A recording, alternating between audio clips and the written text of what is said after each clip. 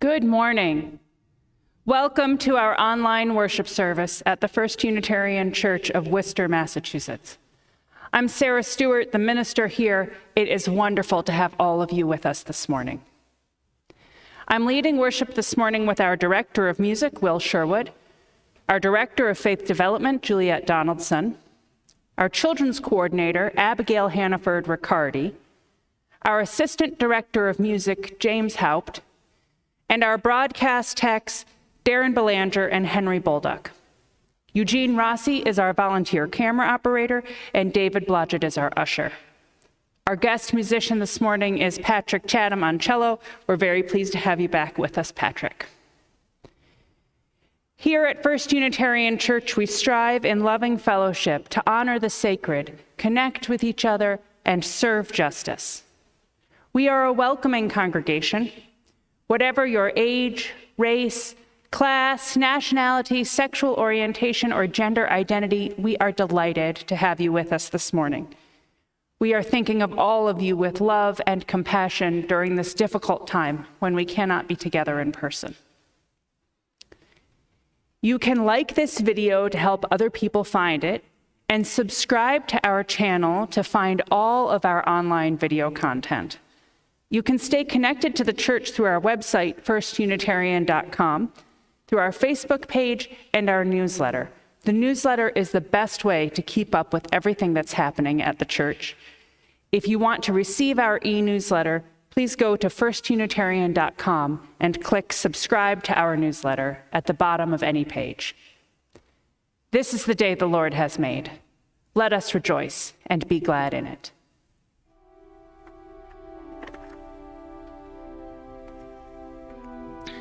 These words by Angela Herrera. Don't leave your broken heart at the door. Bring it to the altar of life. Don't leave your anger behind. It has high standards, and the world needs vision. Bring them with you, and your joy and your passion. Bring your loving and your courage and your conviction. Bring your need for healing and your power to heal. There is work to do, and you have all that you need to do it right here in this room.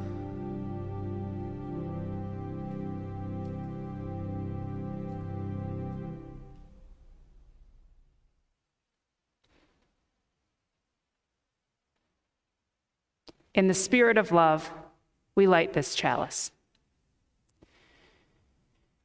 Please join me in renewing the covenant of our church by saying together the words which appear on your screen. In the love of truth and in the spirit of Jesus, we unite for the worship of God and the service of all.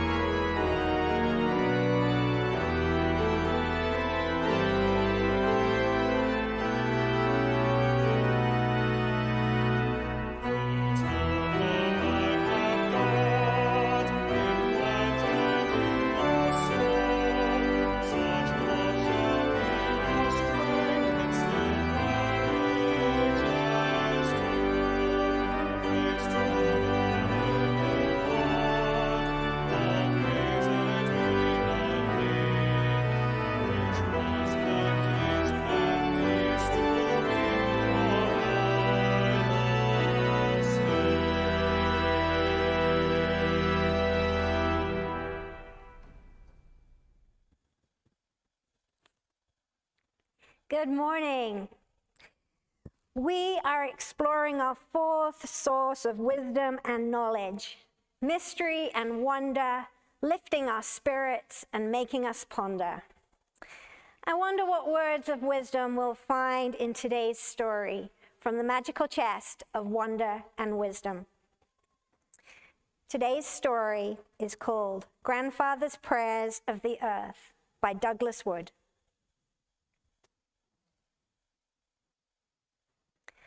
This is the story of two best friends, a boy and his grandfather.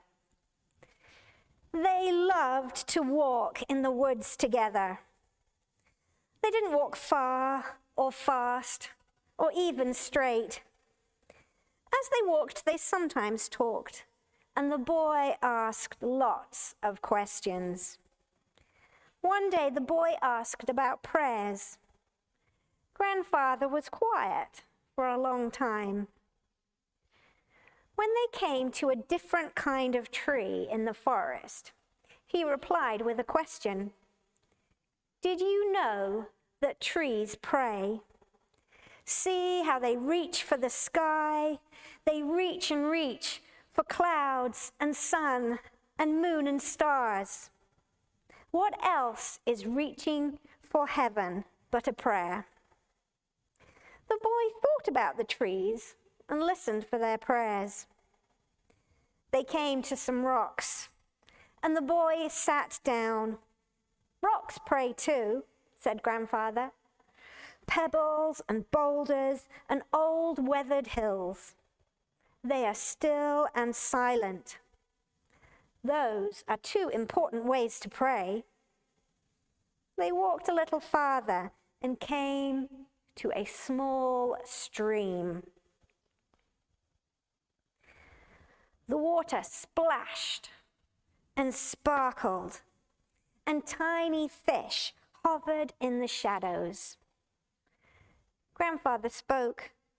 Streams pray too, and lakes and rivers and waters of all kinds. Sometimes they pray silently, like the rocks. They lie still and calm, reflecting clouds or birds or sunsets or the first evening star. These are all ways to pray. But there are more.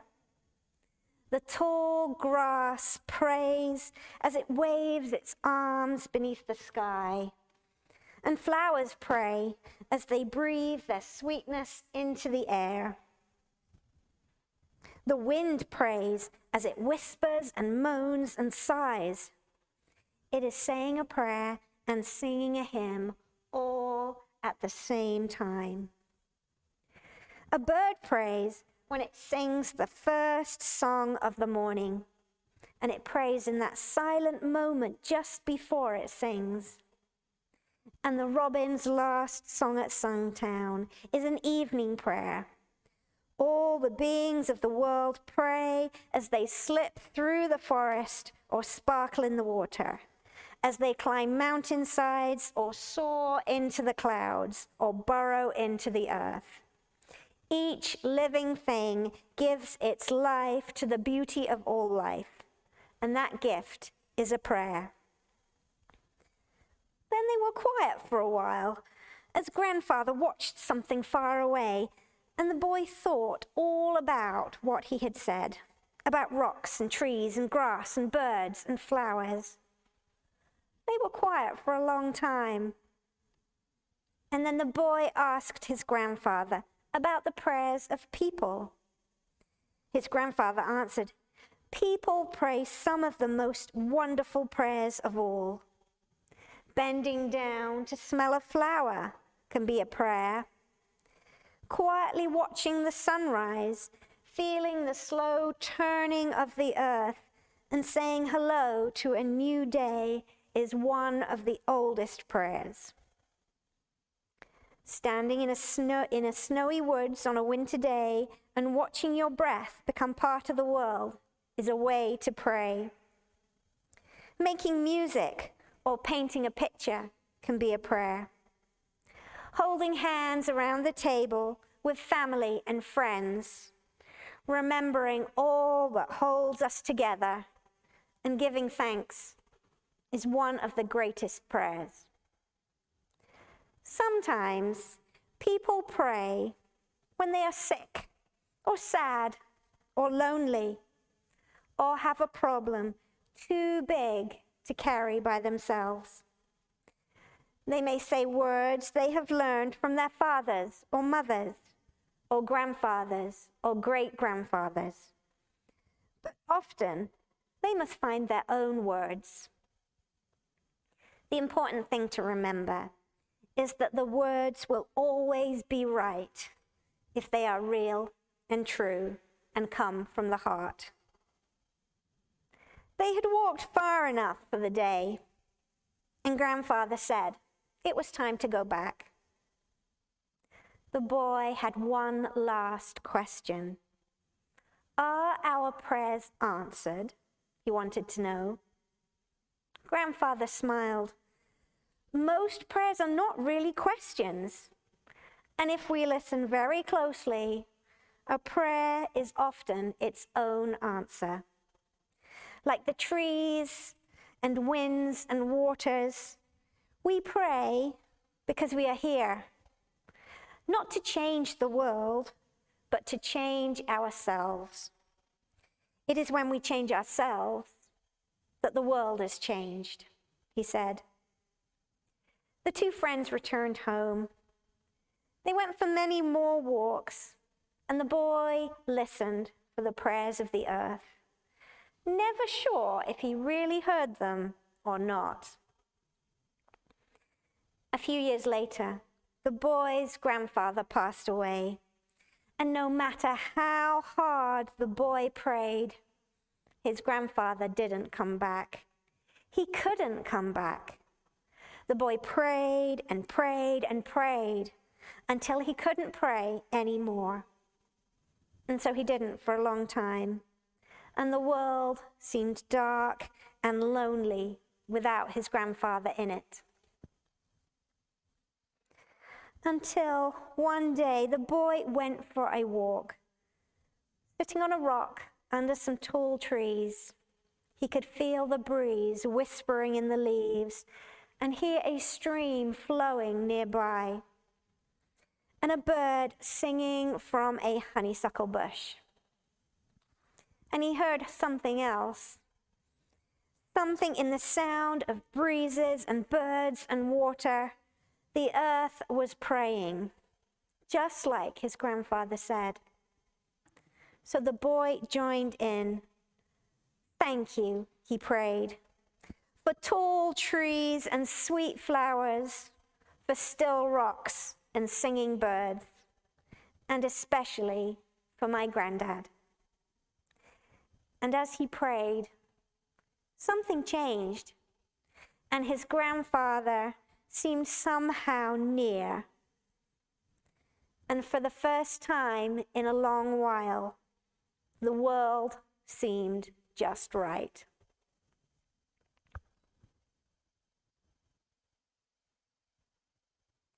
And now it is time for us to go to our UU Agora classes. This morning we have Minecraft with Chip or Transfiguration with Ileana. Don't forget to join me in the Great Hall at 11:15. I have some riddles for us to solve. Blessed be.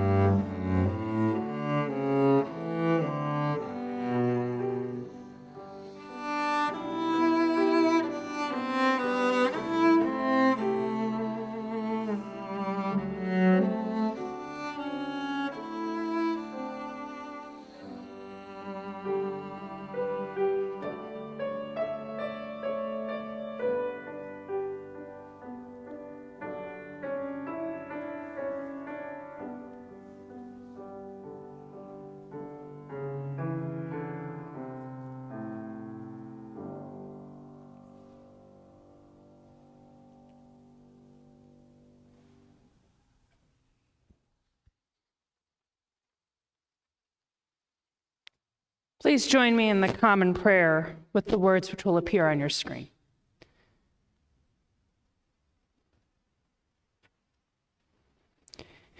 Spirit of peace, grant us peace. Be in our hearts as we mourn our losses in this year of pandemic. Help us feel our kinship to all people, to sit with them in their time of need, and with our hearts united, dedicate ourselves to compassion for all. Amen. Please continue your own thoughts and prayers in silence.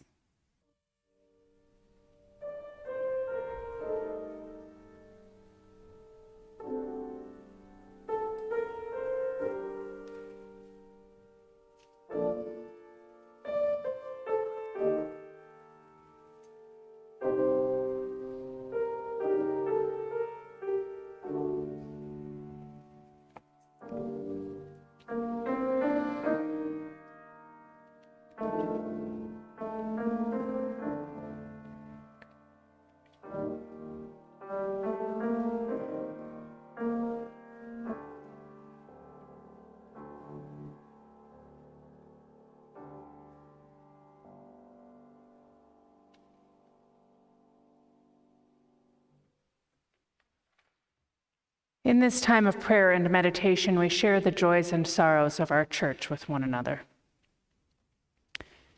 Adele and Bob Krumpholtz light a candle for their dear friend Barry Levitz, who died on Thursday morning. He was a dear and kind man who has moved on, leaving us with beautiful memories and hearts broken. They ask our prayers especially for Barry's dear Mary Beth. We light a candle for Zoe Ostro, mother of Tony Ostro, who passed away on Tuesday night at the age of 102. She was at home in her own bed, and Tony was with her. She was an amazing woman and a real light to her 8 children and her husband, Johnny, who adored her. She was a tireless activist in the Worcester community, and she will be missed. We hold these prayers of remembrance in our hearts. We ask for comfort for those who mourn. And we know that there are joys and sorrows which go unspoken among us this morning. We reach out to one another across the distance that separates us to join as one community in saying the prayer of Jesus. Our Father, who art in heaven, hallowed be thy name. Thy kingdom come, thy will be done on earth as it is in heaven. Give us this day our daily bread, and forgive us our trespasses, as we forgive those who trespass against us. Lead us not into temptation, but deliver us from evil.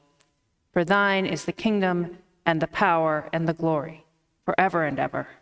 Amen.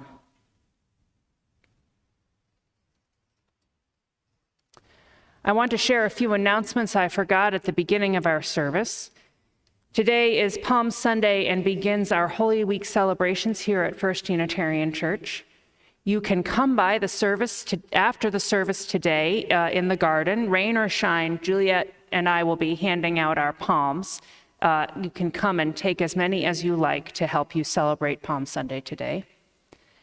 This coming Thursday night at 6 p.m., Will and I will be offering a live-streamed Maundy Thursday service with special music and reflections. So this same channel, 6 p.m. on Thursday for that service.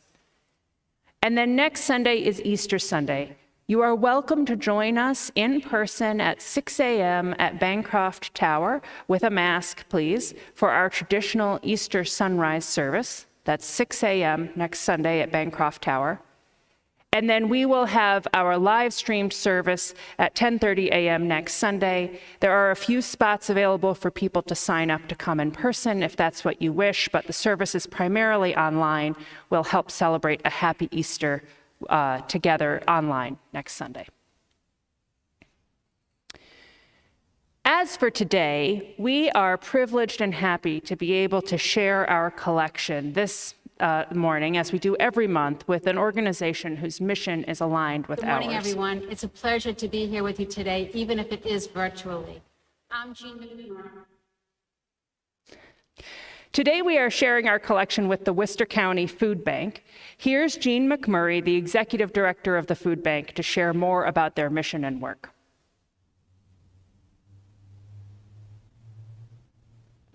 Good morning, everyone. It's a pleasure to be here with you today, even if it is virtually.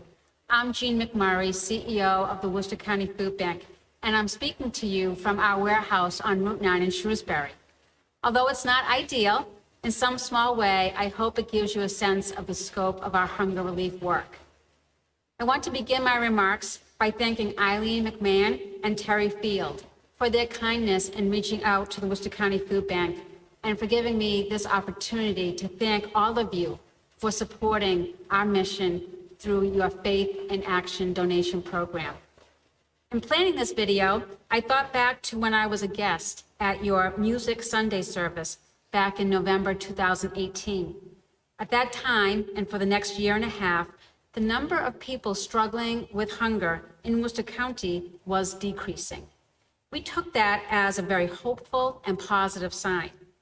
And then suddenly, almost overnight, the pandemic changed everything in profound ways that none of us could have imagined. Shortly after Governor Baker issued his stay-at-home emergency order in March 2020, phone calls, emails, and visits to the food bank increased dramatically from people looking for help. One of the people who called was Marie. The panic in her voice was evident when she told me, and I quote, "I have 3 children and have been laid off. I never needed help with feeding my family before, and I'm not sure where to go or who to turn to. I'm scrambling to cover my bills while I wait for my unemployment to be approved." I was able to tell Marie how to apply for the Supplemental Nutrition Assistance Program, known as SNAP, and where she could pick up grab-and-go school meals for her kids. We also invited Marie to come to the food bank to pick up food because her local food pantry wasn't open until the next day. As my coworkers and I carried boxes of food out to her car with frozen meat, fresh fruits and vegetables, milk, eggs, and a variety of non-perishable food items, this time Marie was smiling at us through tears of relief. Little did we know that March 2020 would be the beginning of a year where the food bank and our network of food pantries would help 106,000 people, 41% more than the previous year, and more than any other time in our history. Many of these people were helped multiple times over the year, so that in any given week, an average of 8,500 people received assistance at pantries throughout Worcester County, an increase of 21%. Fortunately, the food bank had more food available for distribution thanks to our loyal food donors, and in the last year, we distributed enough food every week for approximately 123,000 meals, an increase of 11%. At the beginning of the pandemic, we were very concerned that the food bank wouldn't have enough food donated to us to help the growing number of people. So we started purchasing food, which we had never done before. And we were only able to do that because of the incredible outpouring of generosity from our community of individuals, businesses, community organizations, and foundations. In addition to our food distribution, the food bank is supporting our neighbors in need in a number of other ways. We are helping people apply for SNAP benefits over the phone. We are helping to fund a program that pays local Worcester restaurants to prepare 125 nutritious hot meals a day that are then delivered to COVID-positive families so that they can safely quarantine. And we are giving grants to our partner agencies to help them with any of the ongoing or emerging needs that they're seeing because of the pandemic. This past year, our food bank staff and volunteers, as well as our partner agencies, managed mostly by volunteers, have simply been amazing. At the height of the pandemic last April, and throughout the different surges and spikes in COVID cases, the food bank never had to close, and there were never more than 5 food pantries temporarily closed at any one time. As always, the food bank is a hub of activity and a place where your kindness, together with the rest of the community's goodwill, becomes a source of help and hope to our neighbors struggling during this challenging time of uncertainty and hardship. So from all of us here at the Worcester County Food Bank, thank you. And when it is safe to do so, we would love to have you visit us so you can see your support in action at the Worcester County Food Bank. Many thanks again, and may you and your loved ones stay safe. Your donations today will help to feed our neighbors in Worcester County, making sure people have the food they need during these trying times. To make a donation, text 844-906-2338, followed by the amount you wish to donate. You can also go to firstunitarian.com and click Give Online at the top of any page. First Unitarian Church will pay all of the fees associated with your online gift so that 100% of your contribution will support the Worcester County Food Bank. I invite your generous contributions for this good work in our community.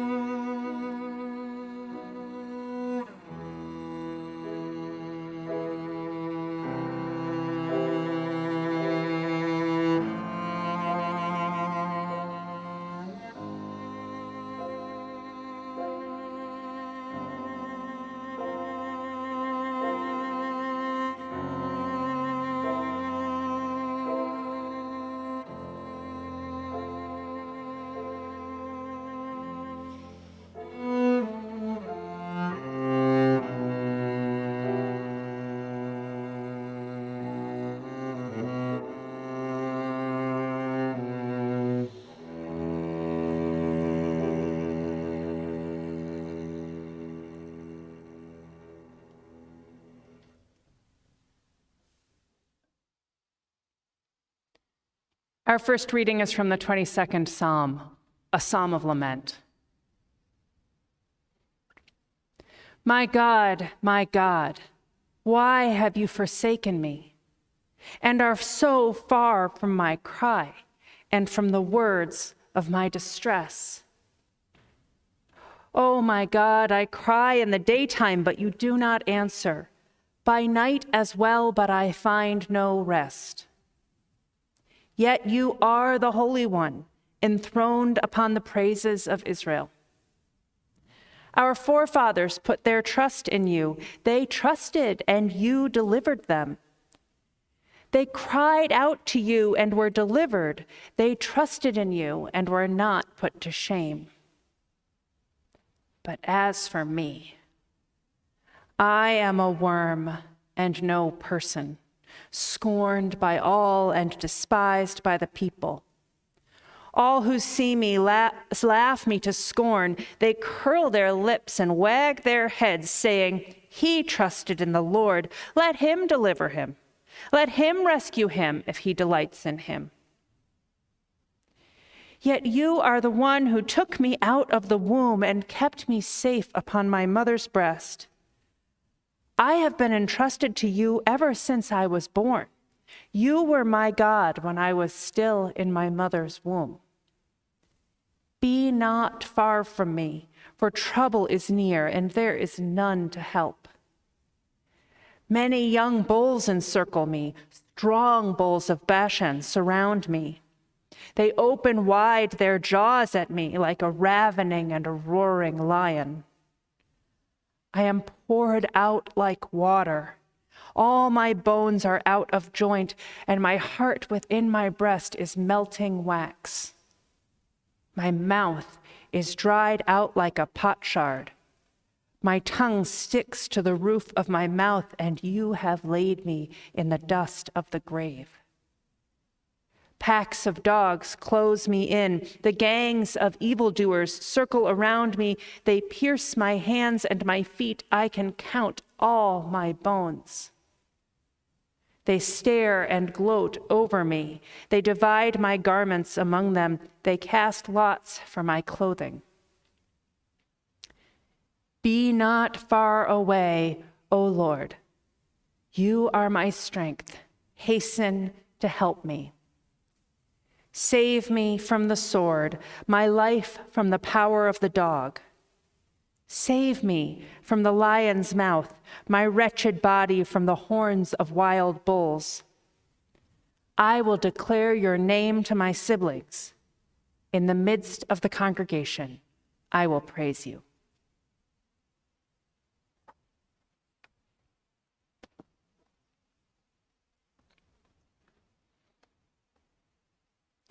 Our second reading is by Archbishop Desmond Tutu. Liberation is costly. Even after the Lord had delivered the Israelites from Egypt, they had to travel through the desert. They had to bear the responsibilities and difficulties of freedom. There was starvation and thirst, and they kept complaining. They complained that their diet was monotonous. Many of them preferred the days of bondage and the flesh pots of Egypt. We must remember that liberation is costly. It needs unity. We must hold hands and refuse to be divided. We must be ready. Some of us will not see the day of our liberation physically, but those people will have contributed to the struggle. Let us be united. Let us be filled with hope. Let us be those who respect one another.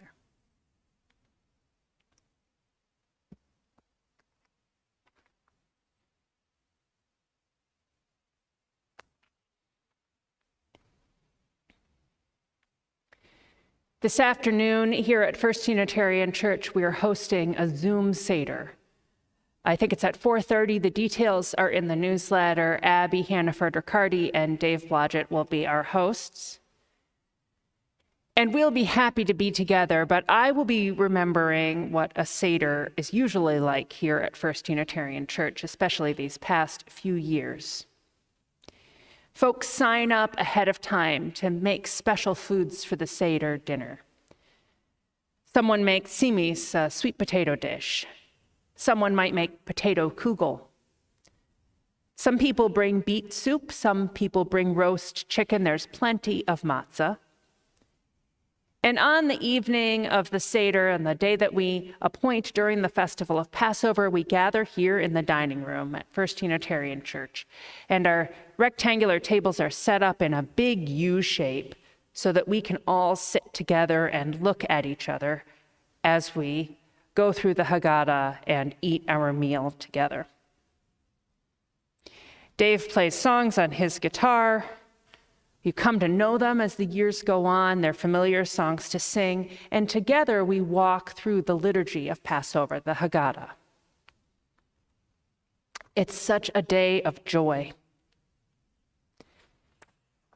But in the midst of this celebration, this festival, this feast, there is a moment in the Haggadah when we and Jewish families and communities gathered for Seder dinners all over the world stop and ask a question about lamenting. A child asks, "On all other nights we eat all kinds of vegetables and herbs. Why do we eat bitter herbs, maror, at our Seder?" And the answer comes, maror reminds us of the bitter and cruel way Pharaoh tested the Jewish people by forcing them to be slaves in Egypt. At the Seder, we eat bitter herbs to remember the bitterness of slavery. We taste bitterness to remember those who died in captivity and those who could not outrun the Egyptian army. In Hebrew, Egypt is called Mitzrayim, the narrow place, the place of suffering. And Passover is passage out of that narrow place and into liberation. But every year we remember those people who didn't make it out of the narrow place, who didn't live to see liberation. This afternoon, as we gather together in our Seder, we will eat those bitter herbs. And we will remember those losses we have known in the last year. The bitterness of a year apart from friends and family. For those who did not make it out of the narrow place of COVID, who died from COVID or other illnesses, who may have been alone in their last moments. We'll taste the bitterness of lost jobs, lost hours, lost wages, lost opportunities. We'll taste the bitterness of those weighed down by despair, of children out of school, of the plagues of racism and white supremacy in America. We'll taste the tears of the victims of gun violence and the plague of rage in our country. Truly, we have spent the last year in the wilderness. And perhaps now we are out of that narrow place. Perhaps now we are standing outside of the city walls, knowing that the land of milk and honey is just on the other side. Thanks to science, and the vaccines, we are entering the promised land of a return to normal. We're almost there. Yet it is right to take a moment for lamentation, to mourn all we have lost, to taste the bitterness of the losses. In ancient Israel, in that religious tradition out of which grows both Christianity and contemporary Judaism today, lamentation was a shared religious activity. There were always times when something was not going correctly for the community. Perhaps Israel had suffered a military defeat, or there was a bad harvest, or even an epidemic of illness. And when the whole country was facing those hard times, there were liturgies of lamentation that the people would use. We read one of the Psalms today. You know, the Psalter is the hymnal of ancient Judaism, and in fact is still the basis of many hymns that we and our Jewish brothers and sisters sing today. And those Psalms of lamentation were the Psalms that were sung and recited during the hard times, when the people came together in a ritual response to the hard times of the community.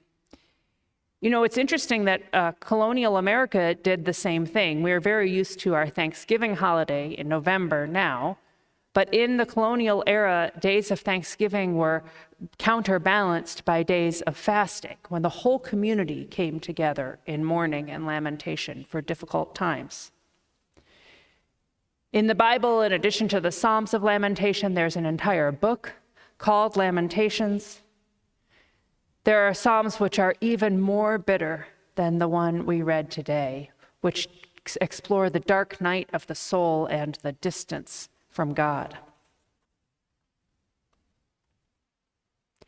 In our culture today, we're used to expressions coming from internal feelings. First, we feel something inside our hearts, and then we act on it in the world. But that was not the practice of lamentation in ancient Israel. It was not about how individual Israelites felt. It was about a community response to tragedy and hard times, and the community's relationship to God as a whole. The sacred practice of lamentation helped the community remember its values during hard times. So there might be a plague, and even if your loved ones were not sick, you lamented. Or if the battle had turned against Israel and no one in your family had died in the battle, you still lamented. Or if the harvest failed, yet you were privileged enough to be able to eat, you still lamented. People lamented together as a community. And today, we are called to just such a time of lamentation as we near the end of the acute coronavirus pandemic. Lamentation does not need to arise out of our personal feelings. Lamentation is a community response. It is an act of compassion and solidarity with others. And I expect that you know this from your own life practices. Perhaps you yourself are Jewish, or you have had Jewish friends or family, and somebody in that community has died, and you have gone to sit Shiva with the family, to join them for a period of time, perhaps as long as a week after the death, to just be with them in their home and sit with them.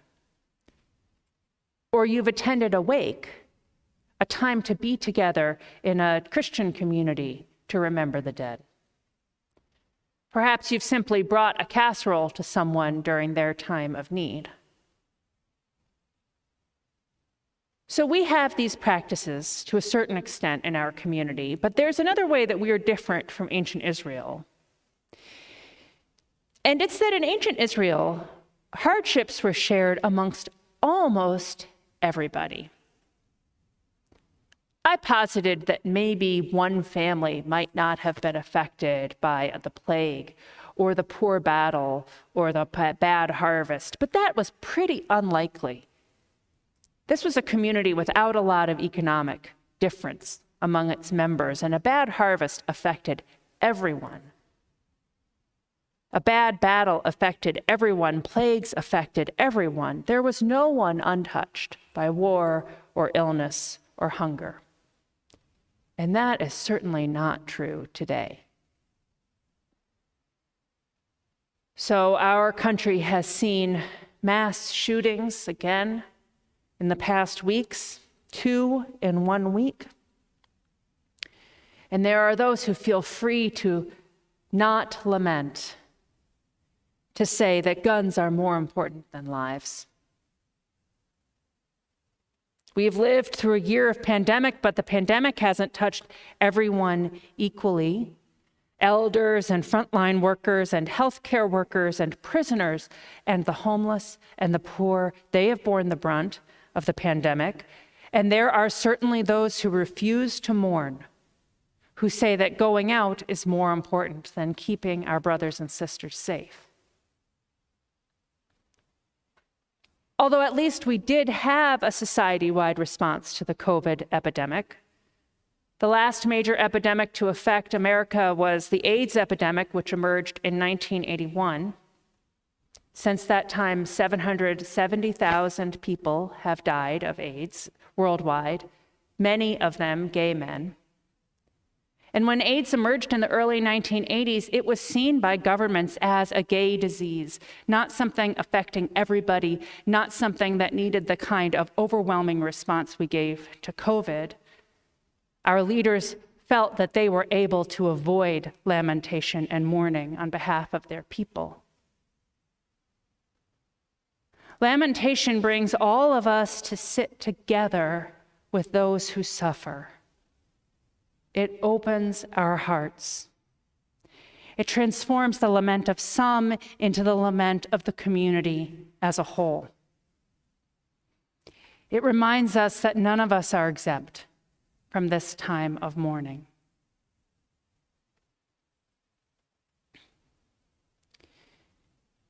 In the Christian tradition, today is Palm Sunday. And on this day, the story goes, Jesus and his companions entered triumphantly into Jerusalem, perhaps for a different festival, perhaps for Sukkot. And then they spent some amount of time, maybe months, maybe years in Jerusalem. And as the Passover festival approached, Jesus' ministry and message was becoming more militant, more in the face of the Roman Empire. He turned over the tables at the temple. And by the time he sits down for the Passover meal with his companions, he knows that he will soon be arrested for his ministry. And he knows that this is not going to go well for him. So after their Seder meal, Jesus goes to the Garden of Gethsemane and he goes off by himself to pray, and he asks his disciples to stay awake with him while he prays. But he must have been gone a long time because they couldn't. They fell asleep. And yet later on, when Jesus is arrested, they are ready to fight those Roman soldiers, even though Jesus says, no, don't. So we are like the disciples.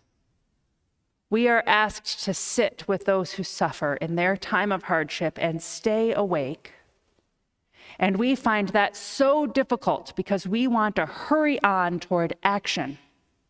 And I think this is really our temptation as Unitarian Universalists. We don't feel tempted to ignore the suffering of others, but we do feel tempted to hurry up toward action, to think, what can we do? What will make it better? And even that does not exempt us from the need to lament. We must spend time in the place of sorrow, keeping watch with our neighbors who cry, let this cup pass from my lips, even though they know it will not. And there is good work to join. Just thinking about gun safety and gun violence in America. The Tree of Life Synagogue in Pittsburgh, which experienced an anti-Semitic shooting in 2018 that killed 11 Jewish worshipers. 3 women from the congregation there have united for action and are working to enact red flag interventions, comprehensive background checks, and eliminating military-style weapons. Following the Sandy Hook school shooting in Newtown, Connecticut in 2012, the organization Sandy Hook Promise has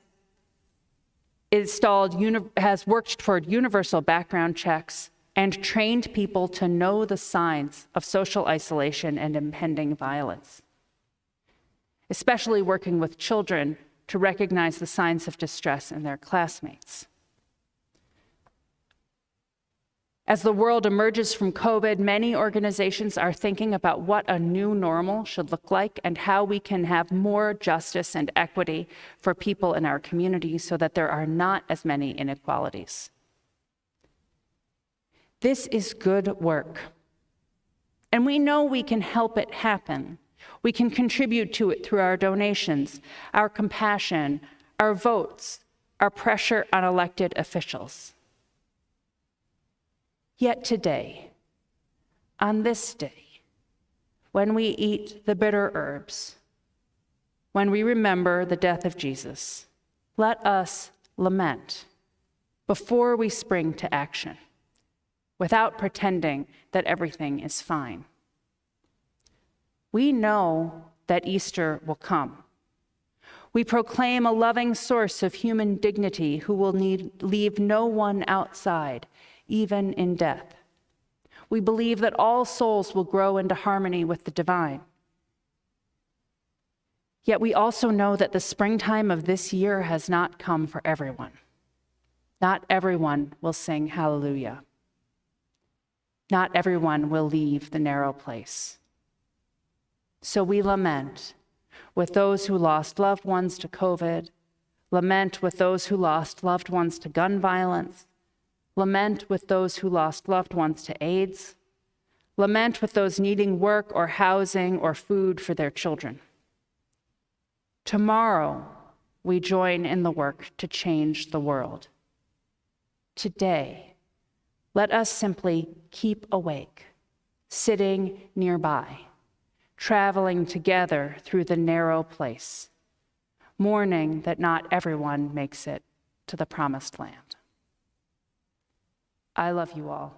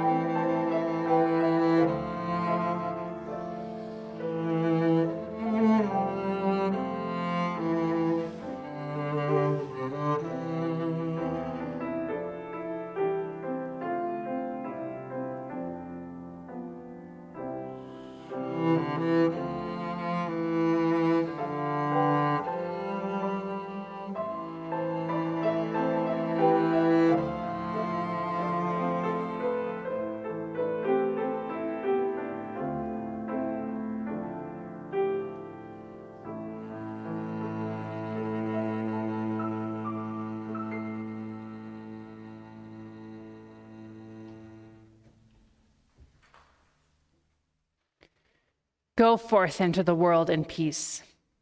Be of good courage. Hold fast that which is good. Render to no one evil for evil. Strengthen the faint-hearted. Support the weak. Help the afflicted. Honor everyone. Love and serve the holy, rejoicing in the power of the Spirit forever. Amen.